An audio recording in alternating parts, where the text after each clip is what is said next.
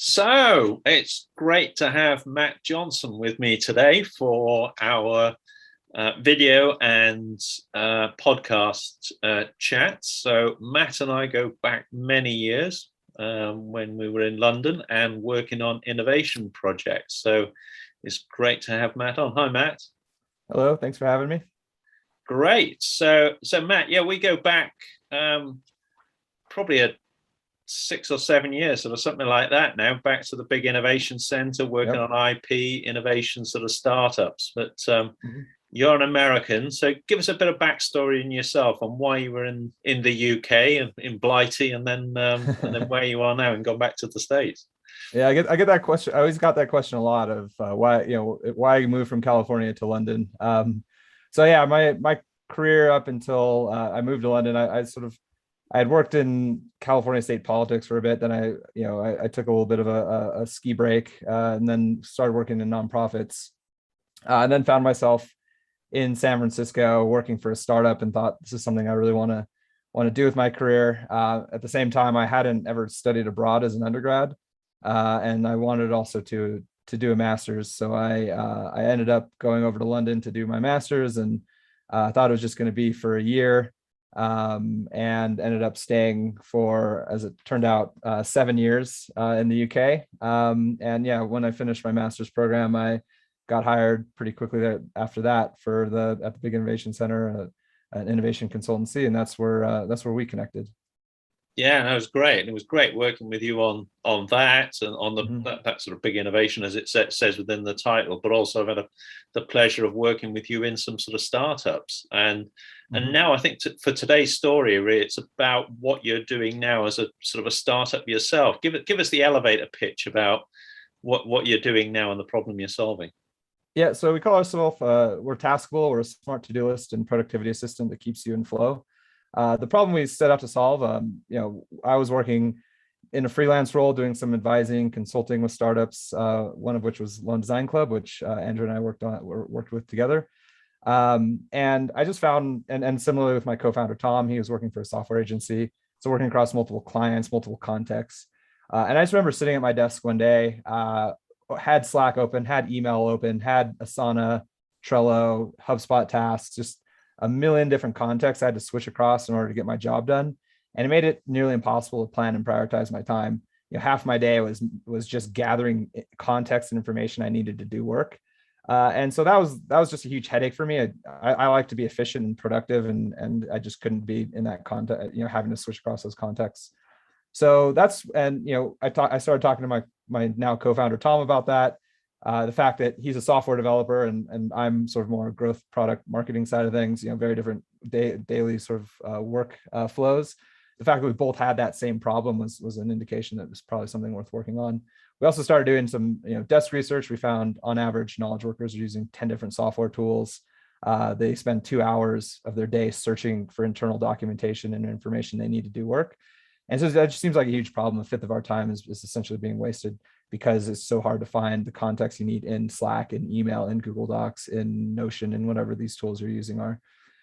Also, the other sort of thing that made us want to start working on this is every time we start to talk to someone about this problem, the way they would describe that headache, their day was being chaos, and they didn't feel good about how they spent their time. It just felt like a really important problem to solve for people. And at the end of the day, people do want to do a good job. That they want to feel good about the way they spend their time at work. And if half your time is just trying to dig up old Slack conversations and getting distracted, that's not going to help you feel good about your time.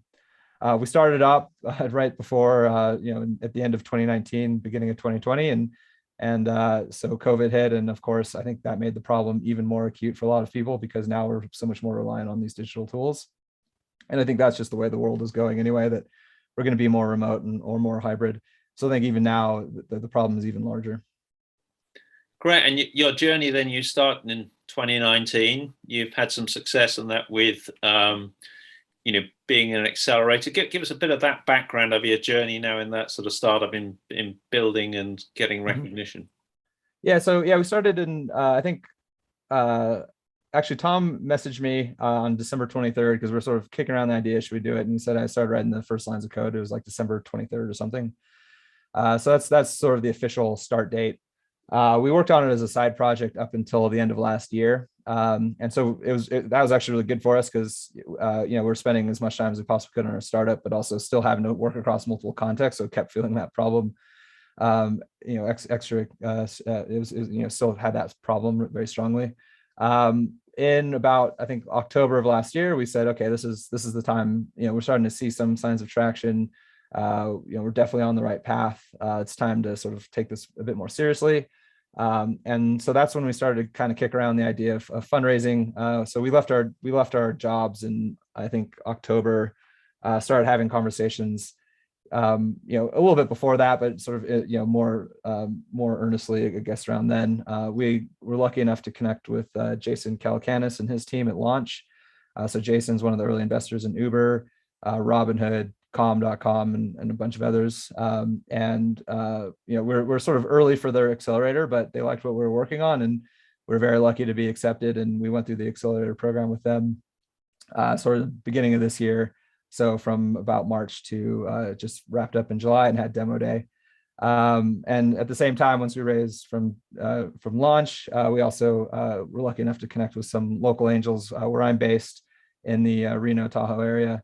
So a local fund also came on board, and a few of the people there wrote some angel checks for us as well. So yeah, we're really sort of fortunate to get connected with both Jason and the local fund, and some really great people to work with. So yeah, since then, have a bit of money in the bank. We may have been able to make a few hires and bring on some freelancers to help us sort of accelerate product development. Great. So yeah, sort of broadening a bit, I think one of the things that sparked to think it'd be great to have you on is that in your Taskable newsletters, there was a few weeks back, you gave a great outline of how to do a startup, how to raise finance, and and where to sort of get databases of suitable sort of investors. Could you give us a bit of the context of that, and we'll put some of those links in the notes to your thing. But give us some of the context of that broader fundraising approach. Yeah, so I think I've definitely spent a lot of time in this startup fundraising space, and the last startup I worked on was based around this concept. So I've done a lot of thinking about it, and obviously as a founder, it becomes a pretty important part of your job at a certain point. I mean, unfortunately, it's probably one of my least favorite things on this planet to do. Yeah. But it's part of the game. I would say it's probably the second hardest thing you'll do as a founder after hiring. I think hiring is probably way harder, and there's also some parallels there. It's I guess similar to sales as well. But anyway, yeah. So I think for me, the thing about fundraising is it's kind of something that's ongoing. So when I have the article up here on my screen just to remind myself what I wrote. But one of the first things I always recommend to early founders that are sort of new to this is that you're kind of always fundraising even when you're not fundraising. And there's this sort of, it's kind of ridiculous, this idea of like, are you fundraising or you're not fundraising? You kind of always have to be thinking about that, at least in the back of your mind. When you are in fundraising mode, you have to be fully in fundraising mode, and that's all you're going to be doing. But at the same time, you should always be trying to meet investors or get feedback, build that relationship early. I think the last thing you really want to do is your first interaction with someone, even if their job is to write checks, is to ask them to write you a check.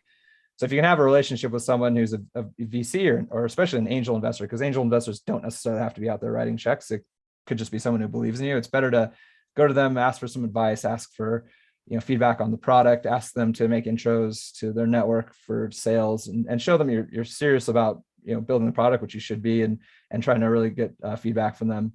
So I think that's the important bit. And I know a lot of people say like don't take meetings with VCs outside of when you are fundraising, if you can, say we're heads down on product, whatever. But I always found it useful to we had a lot of VCs reaching out to us and take the call with them, try to get a sense of why they're interested in what you're working on, and what the market's thinking about that, but also get feedback on the product itself. Also for us, the product we're working on is we are solving a problem that investors have as well. They tend to have to work across lots of contexts with lots of different portfolio companies.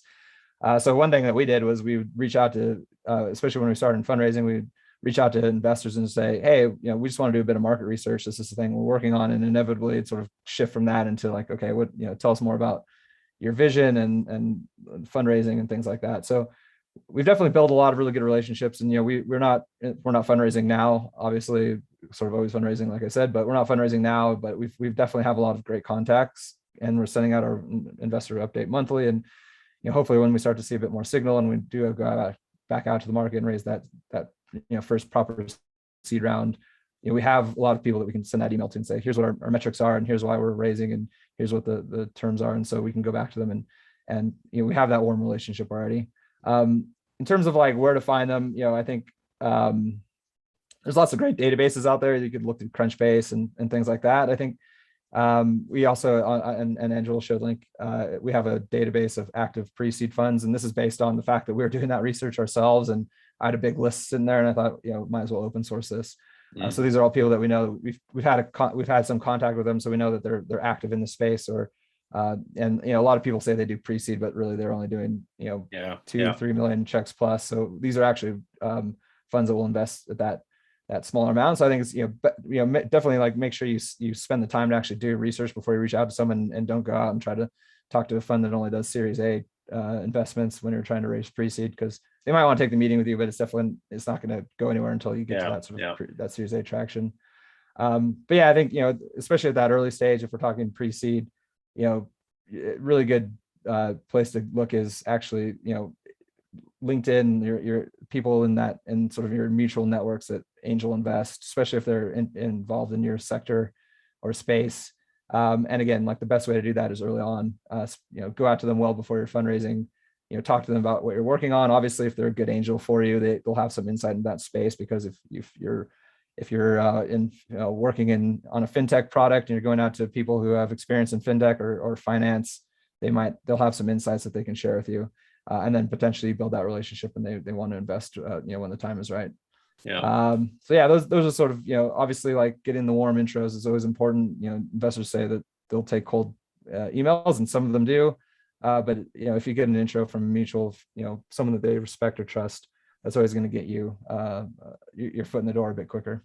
No, I think your key point there, and I say that to I practice it in the startups I'm working with, but also the ones that I've invested in, as you said, having those discussions, and the old classic, ask for advice and you get money, ask for money and you get advice. So having those conversations, getting aligned with the right potential investors and who they can introduce you to, that's really important, and that as well.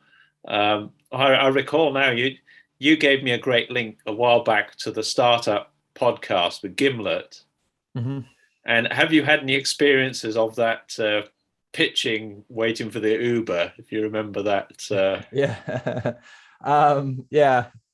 I think that no, nothing quite that bad. I did have like a hiccup on to go and do the accelerator on the pre-demo day, where like I lost my slides, and it was like live to about 100 people or 200 people, part of the syndicate, and like I lost my slides and everything kind of went haywire, and I just like was in the middle of it. I was like, I got to stop. So that was probably the worst the worst pitch I did, unfortunately, in front of lots of people, but nothing quite that bad, and I got to go again, and I nailed it. So no. Yeah. But that's always in the back of my head, that you're gonna just especially like on a demo day, because we also did our demo day in front of, I guess, a couple hundred or 500 or 1,000 people or something like that, and it's a little bit nerve-wracking. Luckily it's all on Zoom. I think if I had to do those in person, I'd definitely be a bigger ball of stress doing them. Great. And so just moving out a little bit further now, in terms of you're based in California, supposedly the the hotspot for startups and sort of stuff like that. So what's your take on the startup and investment community and that at the moment, and that from California? Yeah, that's a good question. I mean, it's kind of weird, because since I've been back in the States, it's been all sort of pandemic era, so very few in-person meetings, and I'm not based in the Bay Area anymore, so I'm closer to actually Reno, Nevada, and so I've gone to like one event there, and it's quite a different community there. But I think the center, I mean, there's a lot of talk of everyone sort of leaving San Francisco or leaving California. It feels a bit overblown to me. maybe people are leaving the city of San Francisco, but they're still staying in Palo Alto and the peninsula. But yeah, I think it doesn't matter. It matters much less now. And I think probably the norm will continue to be fundraising over Zoom at this or earlier stages. It just doesn't make sense economically to force people to fly to live in San Francisco and build their team there and have to compete on those, same California prices for, talent and for office space and for housing. And so, I think probably, especially at the earlier stages, everything's going to happen sort of all over the place. A founder doesn't need to, look at YC people, they're not making people come to San Francisco anymore. And I doubt they'll probably ever make them come because it doesn't really make sense to do that. So definitely there's this sort of, I think it's going to less revolve around probably here, but I think it will, I think still it'll be the sort of the it's not going to move all of a sudden to Miami or to Austin. I think it's just people are going to, talent's everywhere and it's easier to find it now, and you're going to require less and less people to have to sort of physically locate here. They may have a presence or they may come and spend a couple months a year or a couple of weeks at a time there, but yeah, I think it matters less and less. It's definitely sort of, I think, comparing it to the UK, it's definitely, there's a lot of differences in fundraising and VCs here and compared to there. I think, there's a lot more of them for one. I think a lot more come from more of sort of an operator background or come, have a background in tech as opposed to the UK, where I think a lot of, angels or even VCs come from maybe like a financial services background. So those are the sort of the main differences that I definitely notice. And I think also a little bit more betting on ideas here in the US than in the UK, coming in an earlier stage, which is good. And also there's, that means there's going to be a lot more spectacular flops as well. Yeah, no, great points. And I think over the last number of months, since we've gone into lockdown the beginning of last year, I've been doing quite a number of these video interviews and podcasts sort of approaches, and seeing the change from when we did March and April, last year, and the funds sort of saying what they were learning from what was happening in China, what was happening as it was coming through Europe before it sort of hit the States and sort of stuff like that, and then supporting their startups. I've done a few investment rounds and that as well, with current investors and with new investors. And, I haven't met, in the venture we recently launched, we incorporated in October last year, and we did an investment round in March, April, and we hadn't met the lead investor and the other three investors. We've only met the lead sort of investor once physically for a board meeting, and the rest of the time we've all sort of been on Zoom, but we've managed to build that camaraderie sort of ship and that alignment. And certainly we're seeing it from the corporate investors and the others, that the dynamic now is changing, and that they're in how we're building relationships and sort of moving forward. I definitely think it seems like when we're doing our hiring and stuff, it just seems crazy to say you have to be like, we're only going to hire people if they're within this physical distance of us. And we kind of tried to do that because we do, it would be nice to have an office of some sort but it just, at the same time, maybe try to get people that are close to one another so you can have in person, and it would be beneficial certainly, but to not hire a really talented engineer or product designer or whatever it is because they're not physically located near you, but everything else about them is perfect. It seems crazy to go back to that. I don't think people are going to be going back to only hiring people because they sort of work in the same metro area that your office is. Yeah, no, I think that I think the interesting dynamic is going to be about how and when do you physically get together to do a push on a launch, incorporate new team members, have more of a social get together. So I think like one of the ventures that I'm working, a director of, and at the moment we're trying to get to the States for a big event, which is in our industry sort of type sector, but we can't physically get there at the moment. But then also today I've booked some hotel rooms for November when there's another event in the UK. So at least we can get some of the team physically together from across Europe to come together for that. But then I think that almost brings us back full circle then to what we started with here, Taskable, and how do you manage remote teams, and how do you manage these plethora of systems now with, am I in Teams, am I in email, am I on WhatsApp, and all this sort of stuff is just becoming more of a challenge on how you coordinate these things down to that sort of level, really. And it's, what you're doing in that space, I think also feels, that problem is going to become more of a challenge, and people are going to have to address it, not just say, oh, we'll just muddle on for the duration of the pandemic. This thing has changed consistently now. Yeah, definitely. I think the tools become really important. Having the right tools for the job become important, but I think also, having proper documentation, having, the right information be available to everyone when they need it, especially if you're asynchronous. So if you're working on a project and the team that, you're working with has already gone to bed, and now you're trying to finish off your day, and they didn't leave proper information and context for you to complete that job, and you can't just send them a quick message because they're asleep. That's really difficult. So, right, the proper documentation, having the right tools to share information and have the right context, for everyone when they need it, know where everyone else is at. That becomes super important. And I think, we're still working on, on products and tools that were built for a remote or hybrid first world. So I think there's a lot of cool new products coming out that sort of are built for this specific context, and it's quite a bit different. So we're still at the beginning of that. There's a lot of really, I think, exciting stuff to happen to make remote work and hybrid working environments, work a lot better for everybody. Great. Matt, it's been a pleasure catching up with you again. Thanks for sharing your insights and that on your journey as a startup, and for how things are happening in the US. So thanks again. Yeah, sounds good. Thank you very much for having me.